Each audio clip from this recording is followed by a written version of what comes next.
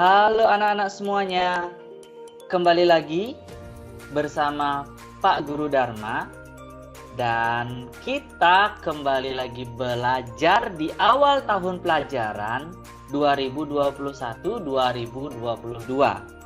Nah, kemarin kita sudah melewati 3 hari masa MPLS atau masa pengenalan lingkungan sekolah. Dan hari ini kita akan mulai belajar untuk pertama kalinya. Nah, di awal Pak Guru akan buka dengan pembelajaran IPA di tema 1 subtema 1 anak-anak. Nah, jadi persiapkan diri kalian untuk belajar karena kita kemarin sudah liburan panjang dan mari kita belajar ya. Nah, untuk pembelajaran Pak Guru, seperti biasa Pak Guru akan berikan kalian video. Untuk materi hari ini kita akan belajar tentang bunyi anak-anak. Nah, adapun tujuan pembelajarannya setelah menonton video, anak-anak diharapkan dapat menentukan terjadinya bunyi pada beberapa alat musik. Ya, bagi kalian yang belum tahu untuk teknik pembelajarannya Pak Guru, di awal video Pak Guru akan berikan kalian persepsi sebagai bonus poin atau bonus nilai harian kalian. Ingat, tugas harian wajib dikerjakan ya anak-anak ya. Nah, sebelum masuk ke persepsi atau soal persepsi, mari kita berdoa dulu agar apa yang kita pelajari pada hari ini bisa bermanfaat untuk diri kita dan juga untuk orang lain pastinya. Doa akan Pak Guru pimpin, berdoa mulai.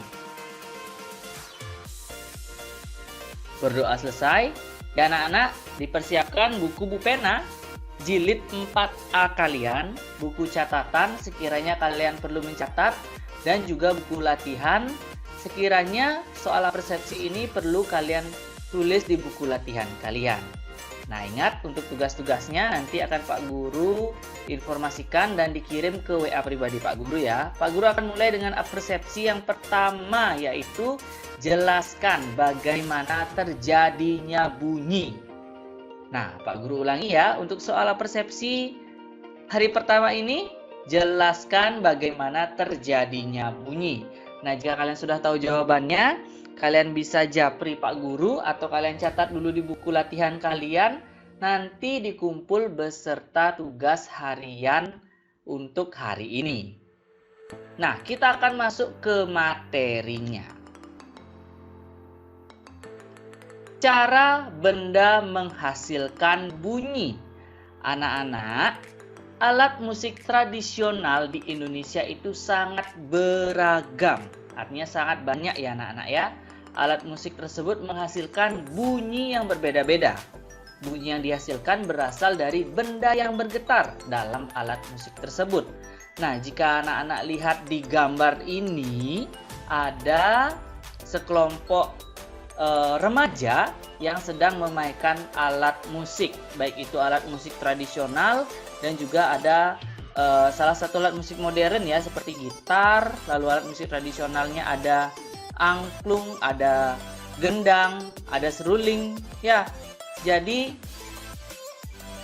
banyak jenis-jenis alat musik dan setiap alat musik itu berbunyi berbeda-beda. Cara memainkannya juga berbeda-beda anak-anak. Nah, kita akan mulai dari yang pertama. Oke, cara menghasilkan bunyi yang pertama itu adalah dipukul.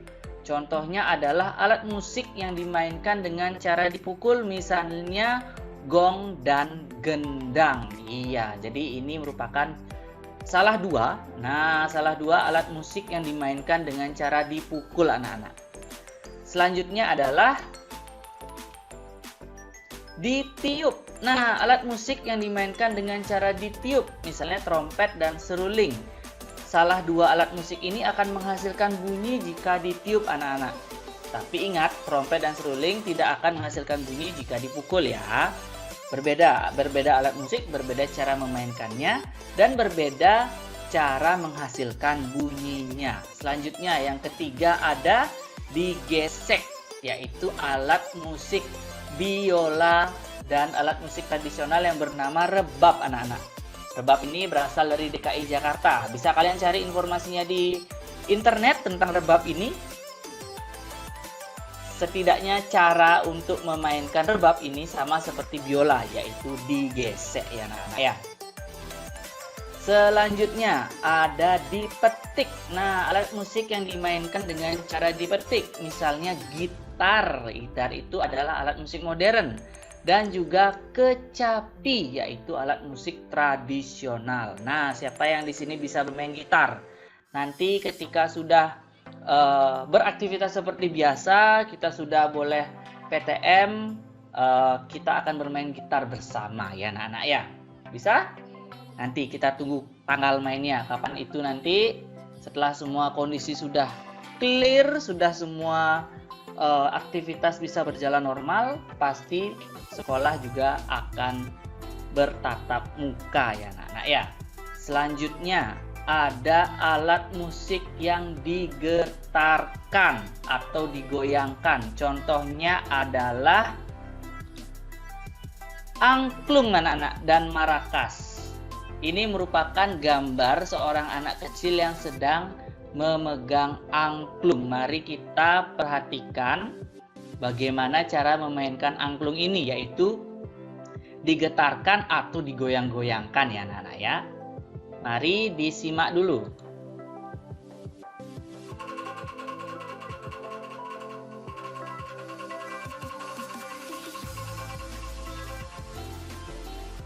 Iya, kurang lebih seperti itu cara menggoyangkan atau menggetarkan angklung anak-anak ya. Mau diulangi lagi? Kita ulangi ya, satu kali lagi ya. Oke, kita ulangi. Seorang anak kecil, ya, seorang anak yang sedang memegang angklung. Lalu dimainkan dengan cara digoyangkan. Anak-anak lihat tangannya, ya, menggoyangkan angklung. Kurang lebih seperti inilah cara memainkan alat musik dengan cara digetarkan atau digoyangkan anak-anak ya. Kita akan lanjut. Ya, sehingga cara menghasilkan bunyi ada beberapa cara. Yang pertama, yang tadi adalah dipukul, yaitu gong dan gendang. Lalu ditiup anak-anak, ada trompet dan seruling. Selanjutnya, digesek apa tadi? Alat musik yang dengan cara digesek? Iya, benar sekali, biola dan rebab anak-anak. Lalu yang keempat, dipetik, yaitu gitar dan juga kecapi. Digetarkan atau digoyangkan, alat musik, angklung, dan juga marakas. Nah, beginilah cara benda menghasilkan bunyi. Benda yang dimaksud adalah alat musik dengan cara dipukul, ditiup, digesek, dipetik, dan digetarkan. Ya, kita akan masuk ke materi berikutnya anak-anak. Perambatan bunyi. Nah, di sini Pak Guru memiliki gambar jam beker, jam weker ya anak-anak ya, atau jam alarm. Pernahkah kalian mendengarkan alarm jam kalian, atau kalian punya HP yang setiap pagi kalian menyetel alarm dan alarm tersebut berbunyi? Bisakah kalian mendengar bunyi alarm tersebut? Nah, jika bisa, bagaimana cara telinga kalian menerima bunyi alarm tersebut sementara tidak ada medianya? Kalian mungkin akan berpikir tidak ada medianya, tidak ada yang dilalui bunyi itu sampai ke telinga kalian. Nah, inilah yang akan kita pelajari tentang perambatan bunyi anak-anak ya. Di mana bunyi itu dapat merambat melalui 3 jenis media, yaitu benda padat, benda cair, dan gas. Nah, ketika alarm kalian berbunyi, bunyi alarm itu merambat melalui benda gas anak-anak ya. Tetapi ingat satu hal, bunyi itu tidak dapat merambat di ruang hampa karena tidak memiliki media yang dapat merambatkan bunyi. Nah, ruang hampa itu apa anak-anak? Ruang hampa itu adalah ruangan yang tidak ada udaranya. Ya, ruang hampa itu namanya. Karena tidak ada media apapun, tidak ada gas, tidak ada cair, dan tidak ada benda padat. Ya. Selanjutnya, nah, ketika kalian berbincang-bincang dengan teman kalian atau berbincang dengan orang tua, adik atau kakak, bagaimana suara orang yang kalian ajak berbincang-bincang itu bisa sampai ke telinga kalian? Nah, contoh ini juga sama dengan hal yang terjadi pada bunyi alarm di contoh Pak Guru tadi, di mana bunyi itu merambat melalui benda gas anak-anak. Nah, suara merambat melalui udara, di mana udara itu termasuk benda gas. Selama ada udara, bunyi kalian atau suara kalian itu pasti akan terdengar dengan orang lain. Tapi ingat, jika jaraknya jauh ya mungkin kurang terdengar ya anak-anak ya. Jadi kalian harus agak mendekat, tetapi pada masa pandemi ini kalian harus jaga jarak anak-anak. Tidak boleh terlalu dekat ya. Jadi ingat, jaga kondisi kalian dan juga kondisi orang-orang yang kalian cintai. Selanjutnya adalah gambar seperti ini. Pernahkah kalian memainkan alat telepon benang? Iya, telepon benang ini adalah sebuah alat, sebuah mainan tradisional ya sebenarnya. Sebuah mainan tradisional yang biasa dimainkan pada zaman Pak Guru kecil masih pernah main ini. Jadi kalian membuat telepon dari kaleng bekas atau bisa juga menggunakan gelas plastik, gelas bekas plastik minuman mineral itu, air mineral ya anak-anak ya. Lalu disambungkan tali atau benang, biasanya benang kasur ya, benang yang agak tebal, benang kasur atau benang wol. Setelah itu ditarik jauh dan kalian saling berbicara. Yang satu berbicara saat orang yang satu berbicara, yang satu mendengar, dan sebaliknya anak-anak ya. Jadi ini merupakan bunyi yang merambat melalui benda padat, di mana suara itu merambat melalui benang kasur. Ya, benang kasur itu termasuk benda padat anak-anak. Jadi jenis benang apapun yang digunakan yang agak tebal ya, yang digunakan saat permainan ini termasuk benda padat, dan benda padat itu bisa menghantarkan atau merambatkan bunyi anak-anak.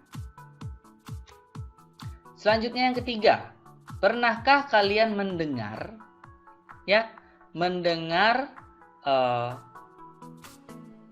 ketukan saat kalian memukul tong atau memukul ember dengan batu mungkin atau dengan benda keras lainnya, dan ember itu berisi air seperti pada anak gambar ini.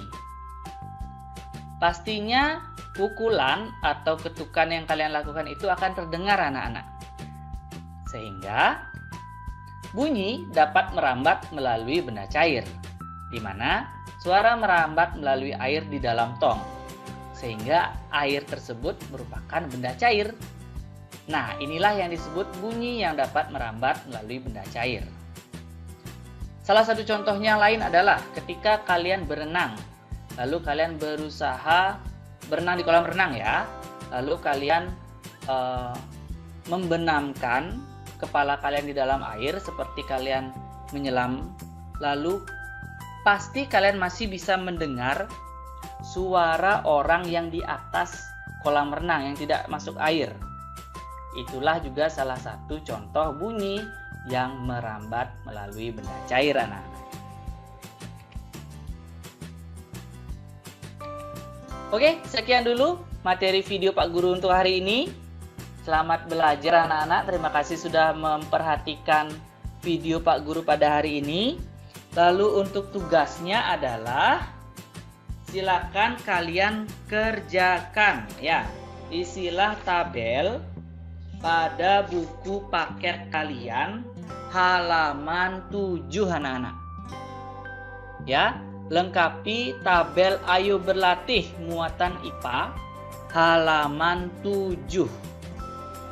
Dikerjakan atau diisi langsung di buku paket kalian Dan jika sudah selesai, langsung kirim japri ke WA Pak Guru.